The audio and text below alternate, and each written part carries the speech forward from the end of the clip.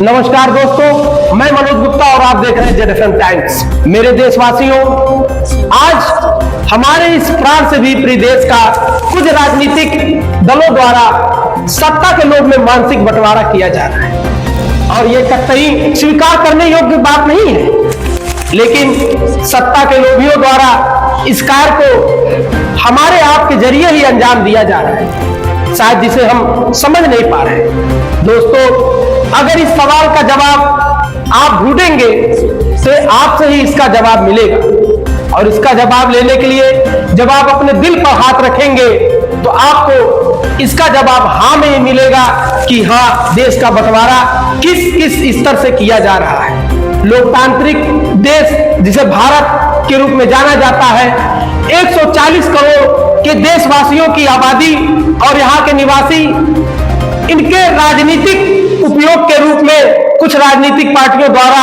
इन पर सत्ता स्थापित करने के लिए, इन पर हुकूमत करने के लिए एक वोटर के रूप में चुनाव जीतने के लिए प्रयोग किया जाता है।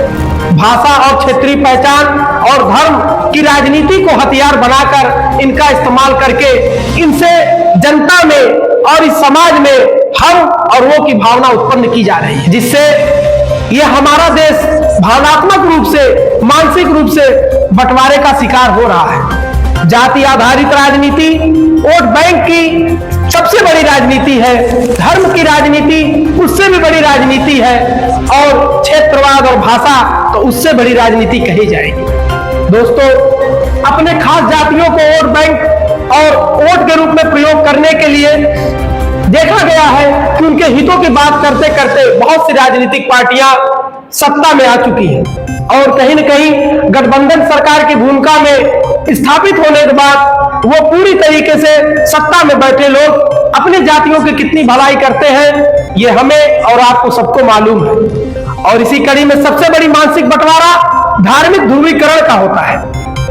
धार्मिक ध्रुवीकरण से उपजा बंटवारा भले ही धार्मिक आधार पर किसी को सही लगे, किसी को गलत लगे, लेकिन इसका दंश एक बार हमारा देश झेल चुका है।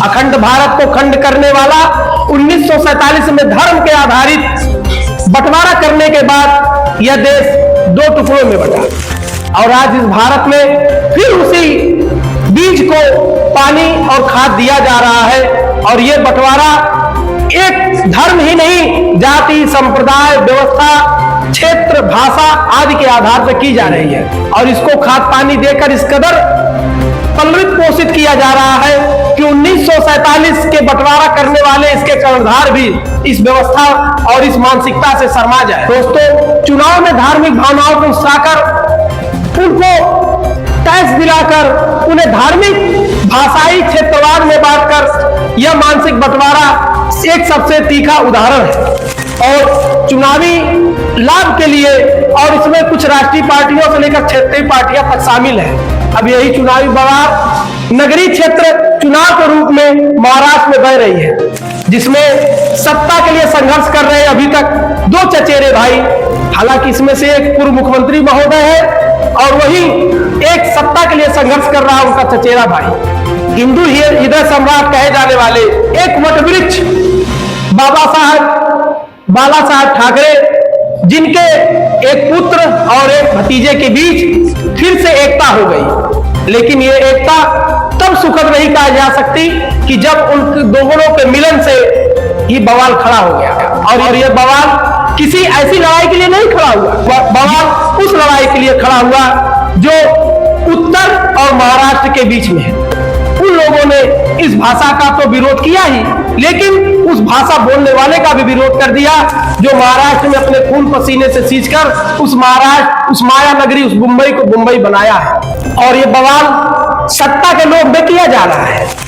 इंडिया गठबंधन, जो कि इसके कुछ पहले से ऐसे दल हैं जो इस तरह के बर्ताव व्यवहार का विरोध करते रहे हैं, उसमें खासकर समाजवादी पार्टी, कांग्रेस और स्थानीय क्षेत्रीय पार्टियां रही हैं जो मुंबई में उत्तर भारतीयों या गैर मराठी के साथ हुई दुर्व्यवहार का पिछले दिनों में, पिछले वर्षों में काफी कुछ विरोध कर चुकी है। लेकिन आज यह पार्टियों का मुंह नहीं खुल रहा है। क्यों नहीं खुल रहा है? क्योंकि आज इनके साथ इनका इंडिया ब्लॉक या इंडिया गठबंधन जो है साफ काम कर रहा है। आज वोट की राजनीति के चलते भाषावाद और क्षेत्रवाद के नाम पे ये लड़ाइयां यहाँ की जा रही है। इसे गंदी से गंदी राजनीति कही जा सकती है। दोस्तों, कुछ विशेष लोगों की भावनाएं भड़काकर ये वोट की राजनीति खेली जा रही है, जिसमें बाहरी लोग और स्थानीय लोग की लड़ाई छेड़ दी गई है। बीएमसी के चुनाव में लाभ के लिए ये किसी के लिए फायदेमंद हो सकता है, लेकिन देश की सेहत के लिए ये कतई फायदेमंद नहीं है।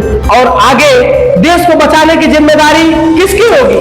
कहीं न कहीं इस देश को बचाने की जिम्मेदारी हम पर और आप पे है, क्योंकि इस देश ने एक बार बंटवारा झेल चुका है और ये देश फिर बंटना नहीं चाहेगा। और किसी में ये औकात भी नहीं है, किसी की ये ताकत भी नहीं है कि इस देश को बांट सके। लेकिन वो बंटवारा जो मानसिक स्तर पे हो रहा है, उसे कहीं न कहीं हमें रोकना होगा और इसको रोकेंगे आप और हम। नमस्कार।